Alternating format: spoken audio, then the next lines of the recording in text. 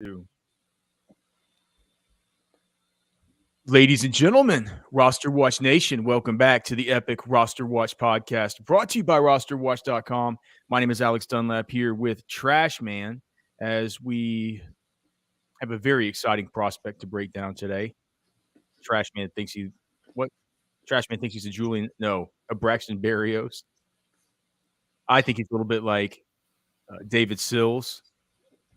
Do you think he has some like Julian Edelman or Adam Thielen to him, or maybe some Joe Juravicius, Steve Largent, Don Beebe? No, all right. So we have the NFC North and the NFC West fantasy questions that we are going to be going over as we sort of start getting our thoughts straight about ways we're going to be addressing these NFL coaches and GMs at the Combine here in a couple weeks. That thing's coming right up. We're also breaking out Charlie Jones from Purdue, who Trashman got his evaluation in for earlier. So just a quick reminder, if you like the podcast, if you like listening to it, if you're watching it on YouTube, if you could give it a thumbs up, if you could leave a comment, we'd appreciate it. Also, if you're listening to this on Apple Podcasts or Spotify, if you could leave a 5-star rating, that would be greatly appreciated. It helps other people find the show. And if everybody who listened to the show gave us a 5-star rating, we would have, 10, 15 times more than we already do. So with that being said, Trashman, how's it going, brother? Oh, not too bad. Feeling a little bit better from my mobile malady. You guys have heard the stories about me from when, like, it feels like every time I come home from Mobile, I feel a little bit bad. There's some kind of allergen in the air there that bothers me. I think it might be some kind of mold, or it's kind of a down low, boggy city. I think it's just racism, just latent racism, maybe. By what? By, you're not saying by me. You're saying I get bogged down by. No. Okay. I don't know, man. I don't know. I'm joking. I'm stay out of that stuff. I'm joking. I love Mobile and the people there. Yeah. All right. So let's get into Jesus Christ. Let's get into this stuff. Let's talk first NFC North. So we'll start out with, I guess we can start with any of them. Let's just start with the Bears, because the Bears are interesting because my boy Byron Pringle. I think that they have the most cap space in the league. They also have a lot of talent. Yeah, a lot of draft capital as well. So they're going to have a first overall pick in the draft. As far as what they're looking at with free agency, you mentioned it. Byron Pringle is set to be free. N'Keal Harry is set to be free. Dante Pettis is set to be free. There's a lot, man. David Montgomery. But just as far as because Montgomery's the biggest deal, right? But as far as the wide receivers, we got Cody in the chat, dude. What's up, Cody? Good to see you, brother. Cody, are you still in Arizona? Are you gonna be going to the NFL honors and stuff tonight? Let us know. With the wide receivers, I just think it's going to be interesting. Like, what do they do to surround Justin Fields with as much talent as possible? We're not going to, people at the Combine, probably the NFL media and the actual Chicago beat is going to be likely asking about whether they view Justin Fields as the future, whether or not they would ever consider using that first overall pick for a quarterback. We've talked about it on the SiriusXM show, Trashman. I've talked with you about it in person, just because we're such sickos that this is the shit we talk about. But I think that there's a legit case to be made that, Ryan Poles and Eberflus go to Justin Fields and say, look, we're going to put it out there that we're going to be looking at a quarterback, right? We're going to put it out there. I just don't see how you can see how Justin Fields played and, in a long stretch of last season. It's not about really wanting to replace Justin Fields. It's about playing the NFL draft shell game and saying, like, look, we need to market this pick. If we can So you think they're doing this in order to sell the pick? Yes, they want people to, and I'll you know what? I'll bet you they're going to be at C.J. Stroud's pro day. They'll be at Bryce Young's pro day. They'll be at all the quarterback, Will Levis. They'll be at all the pro days, and they're going to tell all the NFL insiders that yes, they're interested in it. And hey, look, we love Justin Fields, but we'd also value competition at each spot. May the best man win. We think he did great last year. We certainly hope he will, but you can't never have enough quarterbacks, yada, yada, yada. And that's what they're going to do to sell the pick. I mean, I just know that that's going to be the narrative that they're going to take. So I think that that's likely the scenario. With that being said, I don't think they're going to end up taking a quarterback there, especially if they stay, if they stay at one. Certainly they won't if they trade down. Yeah. But they're going to need, I mean, let's look at the wide receiver core as it stands right now. If they don't bring any of these guys back, and frankly, man, I don't think that any of these guys Chase should be like a priority to bring back. It brings me around to definitely being interested in like what's going on with Chase Claypool, who they traded for last year, right? Could Darnell Mooney, like, have we ever seen Darnell Mooney when he's playing at the height of Justin Fields' powers? I don't think we have, right? So Darnell Mooney, Chase Claypool, guys you'll be able to get at an insane discount this year as compared to maybe where you're able to get them last year. Can anything happen with Velus Jones Jr.? I don't have much faith in Equanimeous St. Brown, but they do have him on contract for another year. Like you said, the big deal is David Montgomery. I think the most important thing we'll ask them at the combine. We won't be able to ask about Montgomery because they won't be able to talk about guys who are set to be free agents, unrestricted free agents. But you can talk about Khalil Herbert. But we can't ask about Khalil Herbert and whether or not they think he can carry the load, right? And with Khalil Herbert, I was on the Matt Kelly's podcast, on the Mind of the Mansion podcast just yesterday, and he was saying, well, I wouldn't get too high in Dynasty on Khalil Herbert because he's still got some of the Neo from the Matrix bullet dodging to do with he's got to dodge like David Montgomery, and he's got to dodge anything happened in the draft and all the rest of it. But if things do fall in line for Khalil Herbert, we're going to be talking about a guy that's going to be probably a 4th or 5th round pick in redraft leagues next year.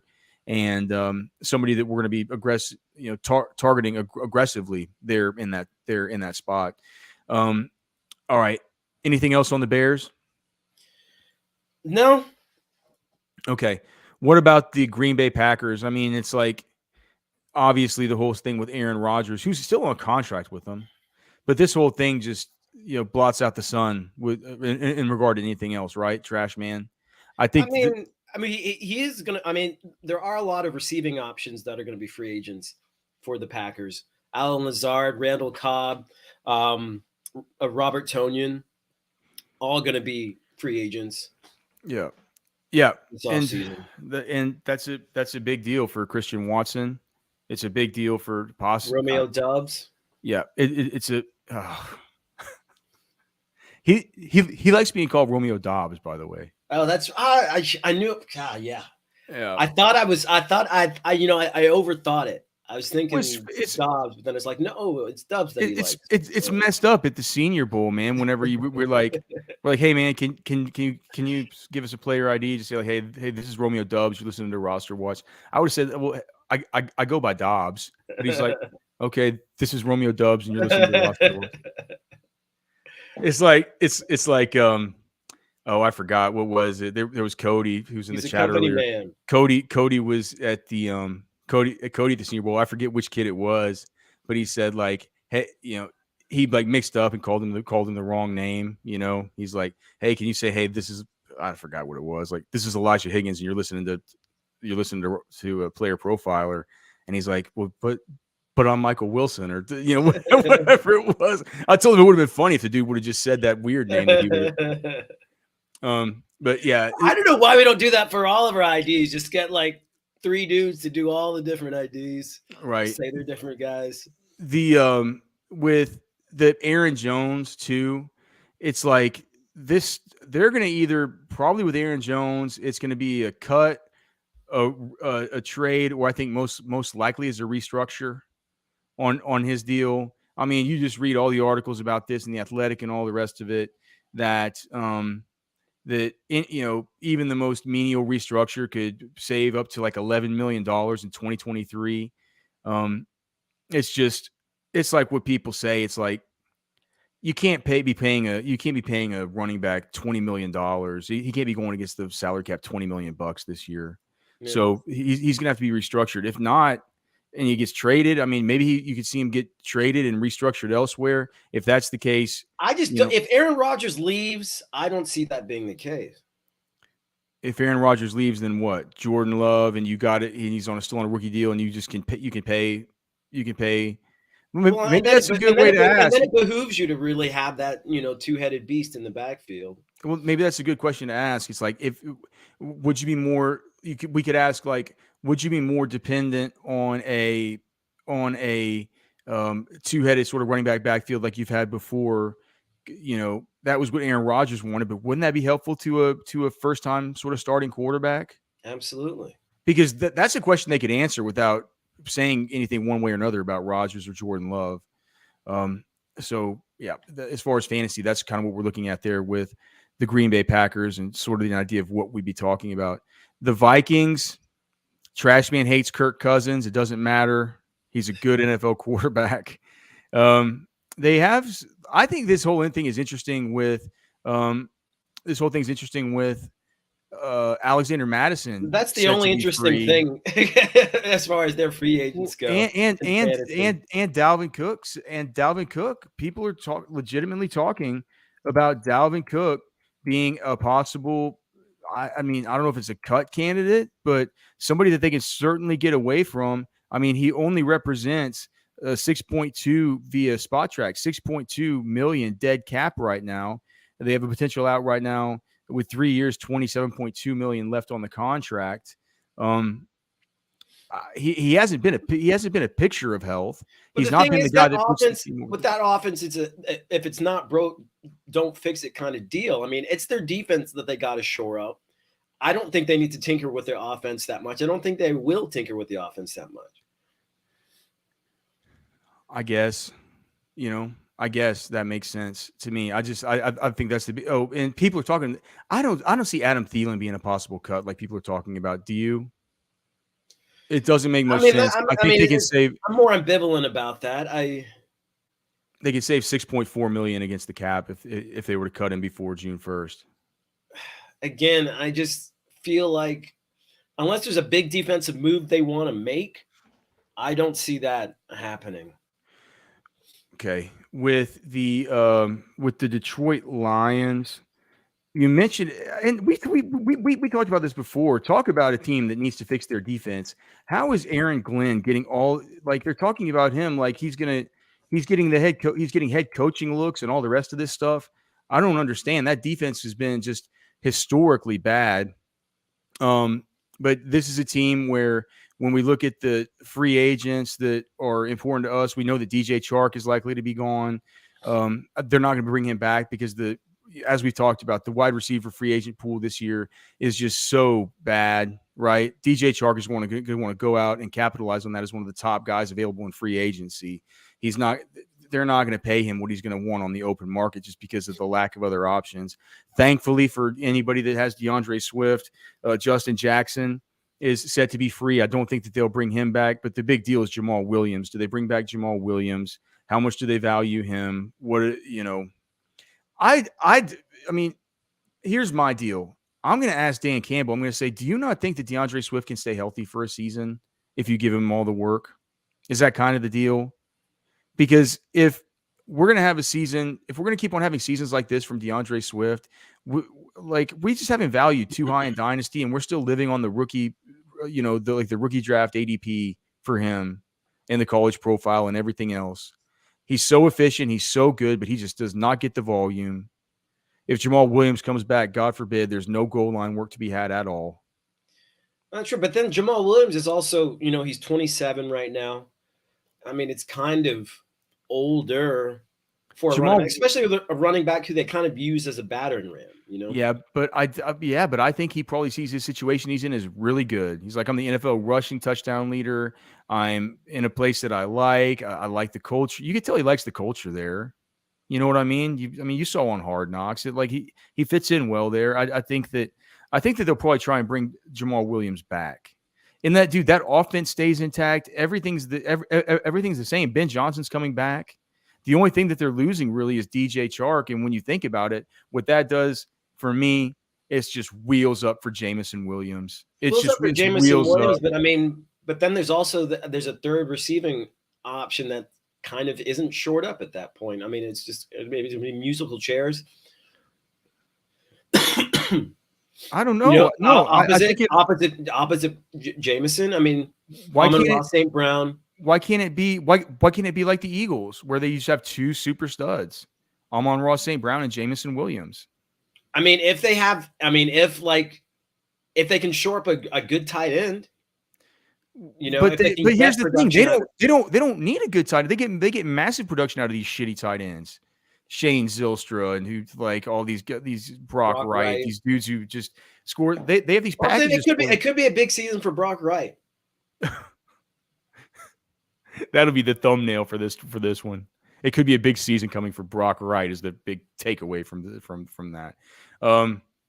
Okay, we talked about the Vikings, Lions, Bears, Packers. We talked. So that's that. Okay, let's go to the NFC West. Seattle Seahawks, coming off of a year where they were just completely just nuked the NFL draft, right? They get two starting tackles out of it. They get a guy that's going to be up for the Defensive Rookie of the Year award tonight, Tariq Woolen, who became an All-Pro as a 5th-round pick, the 153rd overall in the draft. The NFL's co-leader in interceptions. Now they have some figuring out to do about what they're going to do with Geno Smith, right? Geno Smith, Rashad Penny. Yep. So and Travis Homer is up. They're not going to answer any questions about that. They have 5 picks in the top 100. I think that one of those happens to include one of the picks they got from Denver, which has got to be a high pick. Let me pull up NFL. Let me pull up Tankathon. I should have all this memorized by now.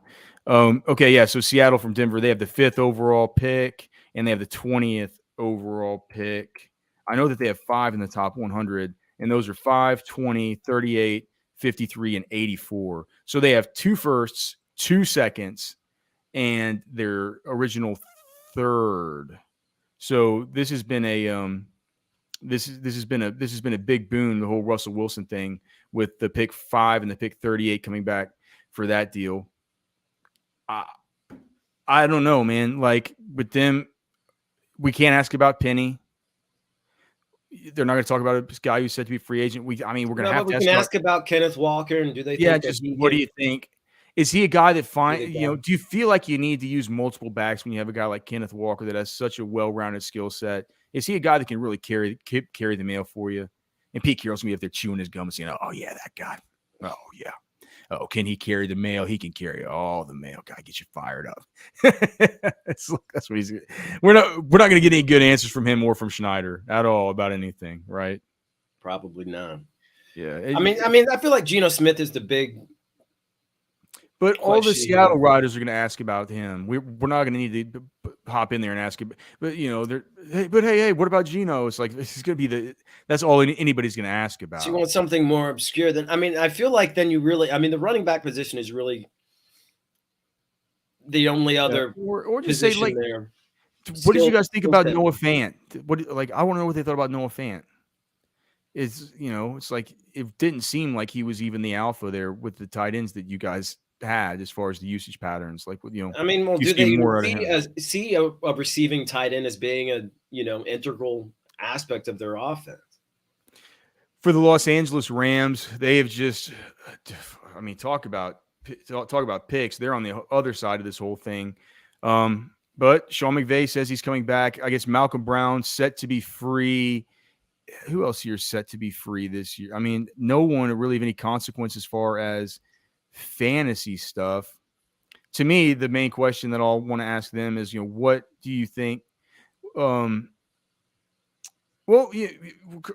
question we always like to ask is, stuff like, have you seen Cooper Kupp around the building? How does he look? How's he moving? Right? What's going on with him? And then for me, I just want to say, what did you see this year out of Kyron Williams? Is he a guy that you can see sort of moving forward in the future, somebody who can carve out a role for himself? Did Cam Akers do enough this year to where he's possibly out of the doghouse? Does that have to do with maybe an extra year coming off of the injury? I think those are the sorts of questions that we're going to want to ask those guys. Yeah. I mean, maybe who after Cooper Kupp in that receiving core do you feel like has an opportunity to step up this season? I feel like after Cooper Kupp, it's just a massive cliff. Yeah. Is there anybody that you have the insight from seeing him at practice and knowing what the plans are and everything behind Cooper Kupp to where the offense doesn't have to just revolve around that guy the whole time? As good as he is, and as much as we like it for fantasy, they have to be thinking, man, we can't, this is unsustainable. Cooper Kupp's about to be 30. Okay. I think that the guy that we're going to do the breakdown on here in a minute, Charlie Jones, is also about to be 30, right, Trashman? pretty close. Looks like it. Okay, San Francisco 49ers. These guys, it's hard to even – you're not going to get any good answers from these guys anyway, right? So I think to be able to get a good answer from a guy like John Lynch, we're not going to be able to say, who do you like better, Trey Lance or Brock Purdy? What's that going to look – I mean, that's going to be – everybody's going to be talking about that, right? We're not going to be able to ask if – and here's the thing also. I think it's going to be useless to ask about the running backs because they have Christian McCaffrey now. And no matter what they say about him, his use from game to game is going to be game script dependent. And there are going to be games where they just run the living hell out of him. And there are going to be some games where we get disappointed because they put in some kind of Elijah Mitchell or who knows, Tyrion Davis-Price, Jordan Mason, one of these guys. And we're going to feel swindled during certain weeks. And then we're going to have certain weeks where Christian McCaffrey gets his 36-point, PPR monsters. And that's just going to be how it goes, I think. So I'm not sure how worthwhile it is asking about that stuff. I'm not sure how worthwhile it is asking about – I mean, we know Kittle's good and they like him. We know Samuel's good. They like him. We know Ayuk's good. They like him. Well, I want to know about Danny Gray. What did he show in his first year? Was there any, is there any room for him to kind of come in there and separate? It just seems like that third wide receiver for you guys has been Juwan Jennings. Why not have a look at a guy like Danny Gray who can really, really, really stretch the field and maybe bring a vertical element that not that those guys are incapable of, because clearly Brandon Ayuk is capable of it, but Danny Gray, that's a really specialized and cool part of his skill set. So I'd be interested to hear what they have to say about him. Is there anything that comes to mind for you as far as the 49ers? I mean, they got, Dwelly and Croft being coming up to free agency behind Kittle. Is that an important position? Behind Kittle, the guy who, could carry the mail, would have to carry the mail in the case of another Kittle injury. Yeah. Oh, that's talk about a trashy question. You know what? John Lynch would say, I was not expecting to be addressed about Ross Dwelly while I'm up here. All right, finally, the Arizona Cardinals. I think I'm just going to walk up to them and just throw something. I say, what the hell are you guys doing? I don't even know who I'm going to be addressing about this, right? Right. We don't even know who the coach is yet. They're saying now they're going to wait till after the Super Bowl. They're looking at – I heard that they were looking at like Lou Anarumo. They were looking at Mike Kafka. They were looking at Aaron Glenn, which I still don't understand. But whoever takes this job is going to have to deal with Kyler Murray. And, like I was talking with Cody about at the Senior Bowl, I think it would be stupid for a coach to say, or a prospective coach to say, no, I'm not going to do it because of that. We saw what happened to Byron Leftwich when he said, no, I'm not going to go work with Trent Baalke down in Jacksonville. Doug Peterson takes that job, takes those guys to the playoffs. Byron Leftwich gets fired as offensive coordinator for the Bucs. He's going to have to be a quarterback's coach somewhere. Sometimes you get your shot, you got to just take it, even if things aren't exactly perfect. So there's only 32 of those jobs. I don't know who it's going to be. When we look at the with the guys coming up into free agency, we know that AJ Green has called it a career, but he was set to be a free agent. They have some other kind of big name for I saw that Byron Murphy is set to be free. Interestingly, I was looking at James Conner's contract. It's going to be hard for them to get out of that thing next year. So I think James Conner, we might just kind of dig around a little bit and ask, like, what did you see from him last year? You know, he's able to stay relatively healthy for a good portion of the season. I mean, Darrell Williams would be a free agent. Darrell Williams is set to be free. You know, but that's the thing. You can bring a guy like that right back. You know, like there's a million of those types of players. It's almost more worrisome for James. I would like it better for James Conner if Darrell Williams was like back. You know, it's like, you got a guy there. He's not a threat. You got a guy there shielding you from actually having a threat coming in behind you if you're James Conner, right? Or if you're a fantasy manager, fantasy owner in Dynasty, whatever, of James Conner. I would say if James Conner gets off to a hot start in Dynasty to start next year, just to put it out there. I'm not sure what you'd be able to get for him, but maybe they're probably gonna cut him after next year. And I'd imagine his career as a good producer is probably going to be over after next season anyway. So it might be a good guy to trade. Maybe you could trade him now and just, because this team looks like it's probably in a little bit of trouble for at least for the immediate future. It's just nobody knows what they're going to. No one knows what they're going to do. Right? It feels like a complete unknown. Right? One of the most unknown teams in the whole league, and this starts with the fact that we don't even know who the head coach is or what the philosophy is going to be. Yeah. All right, let's talk about your guy. My guy. Yeah, Charlie Jones from Purdue.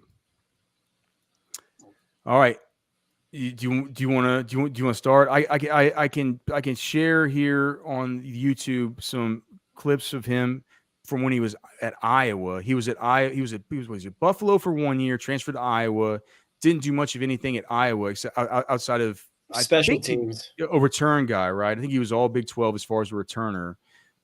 Then comes to Purdue and goes absolutely ham in his 6th college season. It was his first year to break out. Yeah. His 6th college season was his first year to break out. So super late breakout age. He's going to be a 25-year-old rookie at the NFL level. Let's see, as far as his production though this year, really good production for him. He had 30%, 110 receptions for 30% of the team's market share, 1,361 yards for 35% of the team's market share, and 46% of the team's receiving touchdowns, 12. I mean, as far as the guys that we've done so far, mainly the Senior Bowlers plus Zay Flowers, he is the second most productive of all of them, behind only Zay Flowers from a market share perspective. With that said, there are some things to his profile that I don't necessarily like. I'll say this: PFF had him graded as like a top 15 wide receiver in the whole class among qualifiers. Obviously, the production's really good. With that being said, he's old. He's going to be an old rookie. He didn't break out till he was a lot later. I'm not sure about his size. You mentioned that you think he's more like a slot guy. He didn't play in the slot hardly at all. He didn't play in the slot, but like if you look at his tape and you saw where he was most effective, it was in short to intermediate passes. It was in the slants. It was in the crosses. I think he profiles to be more of a slot receiver at the next level. I don't think he's physical enough to beat the press consistently, especially, as a guy under 190 pounds. And, I don't know if he's going to measure over 6 foot. You don't think he'll measure over 6 foot? I think he will. Well, I mean, I think he might be right at it. But what he does have going for him is his fearlessness. I mean, he's just one of these guys who isn't afraid to go over the middle, isn't afraid to sacrifice his body, which can be a blessing or a curse in the NFL. And I think that mitigates a lot of his lack of, speed and some, as far as long speed and in his size. I'm showing the video right now of him at Iowa, and you could tell, man, maybe you're right. I'm not sure he's going to be 6 feet tall. His arms are short, right? His arms are a little bit short. His hands look a little bit small. But just the production at Purdue, it's hard to deny. I just, you said he's a Braxton Berrios. I said maybe, the fact that he just didn't play much slot, and Braxton Berrios was such a slot guy coming out, such a specialized player coming out, that I just was like, maybe he's a little. See, like this catch right here reminds me more of like a David Sills. See, right? I remind me of Berrios. He's a little, Berrios is a little bit twitched up, and he's quick in tight spaces. I feel like, I think Berrios is a little bit more athletic and a little bit more of a utility weapon. And I feel like that is kind of what I think Jones would profile to be in the next level. I don't see it. He's not built like an X receiver. I mean, if he's not an X receiver, I mean, what is he? Well, he's not. I think you're probably right. I think he's. I don't think he's an outside receiver. Do you like him better than Darius Davis from TCU? I mean, I like Davis at the Senior Bowl. Do you like him better than Grant Dubose from Charlotte? Well, the thing is, I did not see Jones up close like I did these other two guys. I mean, I would give it to Davis and Dubose just based on what they did at the Senior Bowl and what I was able to see them do. I mean, do you like it better than do you like it better than Andre Yosevach? I mean, I think they're probably around the same area. So you think he sucks? I don't think he sucks. I mean, Yosevach had some decent catches, but he was really inconsistent. Listen, Trashman, here's the important thing. All right, here's the most important question, and we're gonna get out on this one. Is Christian McCaffrey gonna let Charlie Jones come party with him on his boat the same way he lets Braxton Berrios? I would.